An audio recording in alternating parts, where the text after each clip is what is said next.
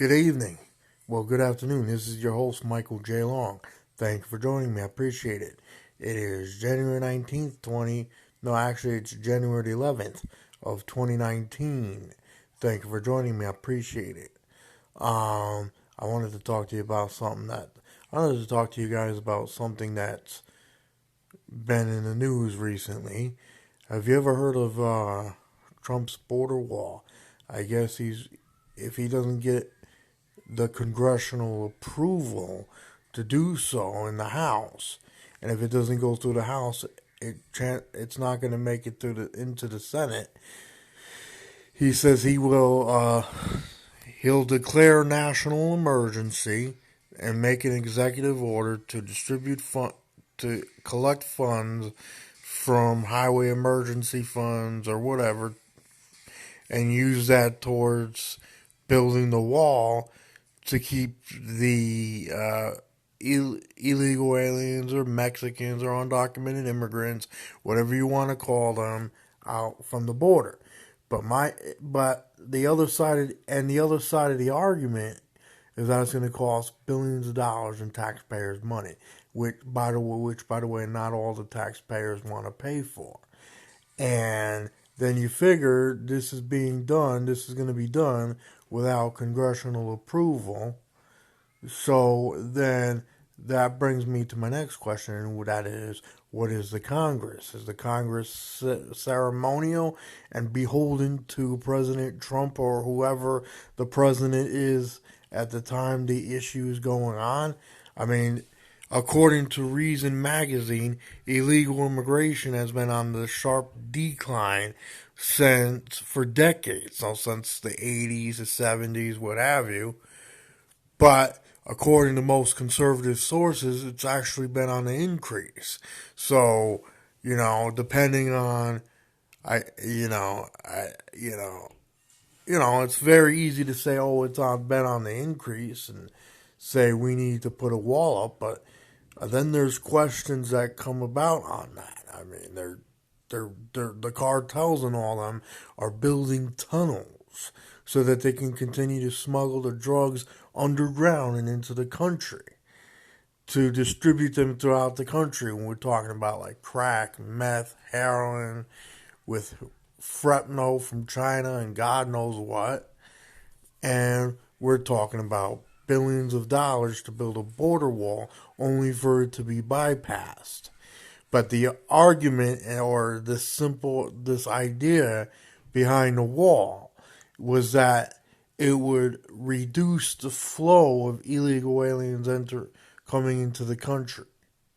And then whichever remaining amount streamlined through the border wall would be apprehended by the Border Patrol. When in reality, only a tiny portion of the illegal immigrants that make it through the wall are going to be apprehended. The rest are just going to scatter on in. So, and then you got others that are going to be smuggled in across underground. So, while it may artificially reduce the illegal aliens on the surface, it's going to cost billions of dollars, interfere with private property rights, and it's not really going to permanently solve the problem, and it never will. Because what it is a temporary gimmick for an issue that's been on a decline for decades, according to Reason. Now, I'm not saying Reason is right or wrong on everything. I'm just saying that if you go to their sources or whatever, that's what they're saying is on a sharp decline. So if we go with that argument that it's on a sharp decline, then why are we having to build a wall? Well, it's because we have, a president that's been elected into office that says illegal immigration's been on an increase from, and their sources, I think, would be Numbers USA, ALAPAC, Americans for Illegal Immigration, whatever it is. But then, but my argument, and this is the libertarian argument, is Why would you want to go through all these temporary gimmicks when you can make it way easier for people to come in legally? And if they're able to do so, come in legally, right? Then the incentive for them to come in illegally is reduced dramatically. Uh, it's like one of the guys that told me, but back while I was in high school. Um, if I give you permission to cross my bridge, then there wouldn't be any reason to come in through the any other way because I'm giving you permission to cross. So I think what we could do is make it way easier for people to come in legally. I'm coming legally, documented, right? Um, but that might mean giving them all. And then as far as the ones that are already here illegally, give them a pathway to legal residency and or deportation on a case-by-case basis. So let's say they go out there and they murdered someone or they robbed a store. They're committing murder. They're committing armed robbery, unarmed robbery, whatever it is, drink, DWI, DUI, arsoning, whatever the violent crime that it is that they've done, that's when they would get arrested, get thrown in jail, go to court. If they're found guilty through a jury of their peers, be turned over to ICE by the local, state, or county courts, depending on which one is dealing with them. They would then be prosecuted and to the fullest extent of the law and be faced with deportation. Now, if there's someone that wants to work and be productive and, be, take care of their family and really don't want to impose danger, force, or fraud to others, then they would be processed for legal residency. Legal residency, such as the green card, whatever, but they would be processed for legal residency and become documented immigrants. That would be my policy. If they want U.S. citizenship, they're on their own with that. And then, after they get their legal residency, because they've came here illegally, you make them pay a $200 to $500 fine, or whatever is within their income that they can afford to pay. And they should probably be made to wait in the back line like everybody else. So, we should make it easier for people to come in legally. I mean, I think we should have more legal documented immigration, and if anything. But, I'm not really so much big on this border wall thing, because I don't see where it's going to permanently solve the situation.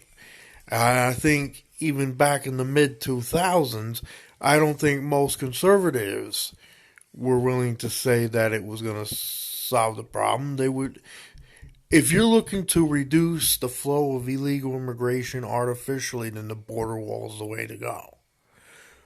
But it comes at a cost, and the cost is that you're going to be infringing on private homeowners and private property owners.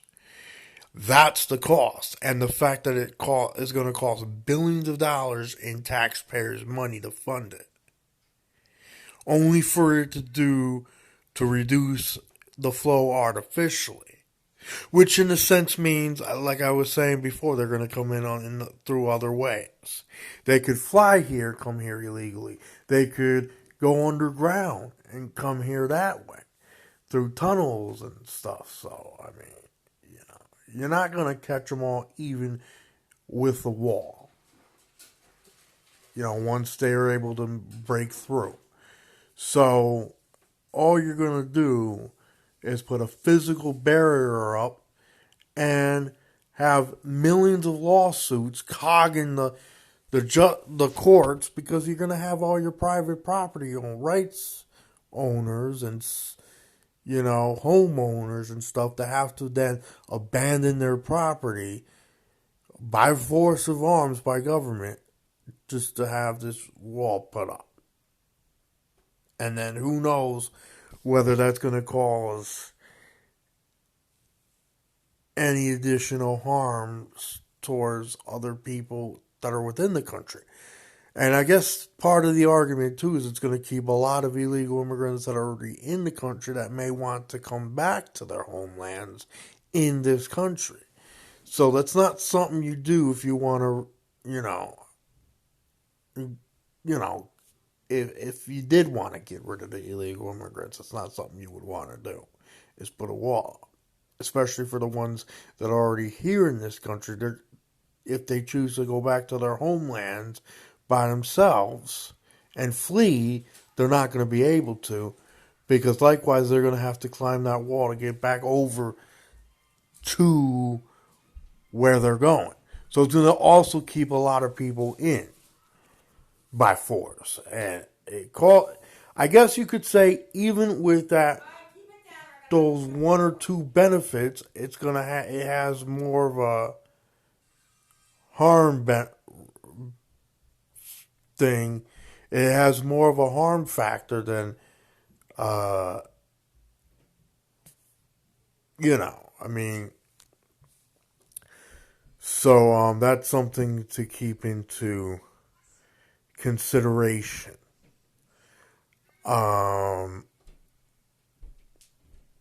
Michael J. Long, and thank you for joining me. I appreciate it.